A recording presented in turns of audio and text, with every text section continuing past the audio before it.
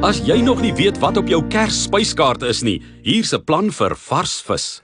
Alhoewel dit deesdae maklik is om vis klaar skoongemaak en gefilet aan te koop, is dit tog 'n goeie idee om te weet om dit self te doen. Wie weet, miskien bevind jy jouself eendag by Tities Baai met 'n vis aan die einde van jou lyn en is jou beurt om te kook. Ek gaan wys hoe om die visfilette van die graat af te sny en ook 'n vinnige manier om ontslae te raak van die kleiner grate.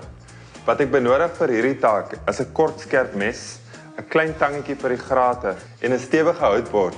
As jy 'n houtbord wil beskerm, bedek dit sommer net met 'n plastiek matjie. Die skubbe en maaggedeelte is al reeds verwyder. Die morsige gedeelte doen ons liefs buite die kombuis. Ek begin deur te sny onder die kop en die fin reguit af tot op die ruggraat. Sny dan versigtig allangs die rug af tot by die stert. Dis 'n belangrike stap sodat as jy later die visfilet van die ruggraat verwyder, dat jy nie onnodige vleis agterlos nie.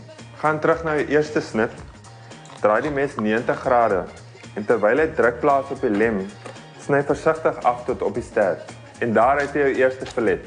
Draai nou die vis om en herhaal die hele proses aan die ander kant. Dit is belangrik om die vis stewig vas te hou, want hy is geneig om op hierdie stadium redelik rond te beweeg. Daar het ons nou 2 filette. Die viskop en bene kan natuurlik gebruik word om 'n aftreksel te maak of 'n vinnige vissop. Dan kort nog 'n klein bietjie skoonmaak op die visfilette. Op die een filet wil ek ontslae raak van die oorblywende groot grate en op die ander moet die oorblywende maaggedeelte weggesny word. Nou uiteindelik kan ons die kleiner grate uithaal. Voel met jou wysvinger oor die visfilet om die klein graatjies op te spoor en trek dit dan uit met 'n tangetjie. Maak seker dat wanneer jy die grate uittrek, hulle nie breek nie. Dit help om 'n goeie greep te hê en dit stadig uit te trek. Op hierdie stadium kan jy die vel afsny. Ek verkies om dit aan te los omdat dit gee baie meer geur as jy dit gaar maak. En by die restaurant is dit ook belangrik dat my gaste die vis op hulle bord kan identifiseer.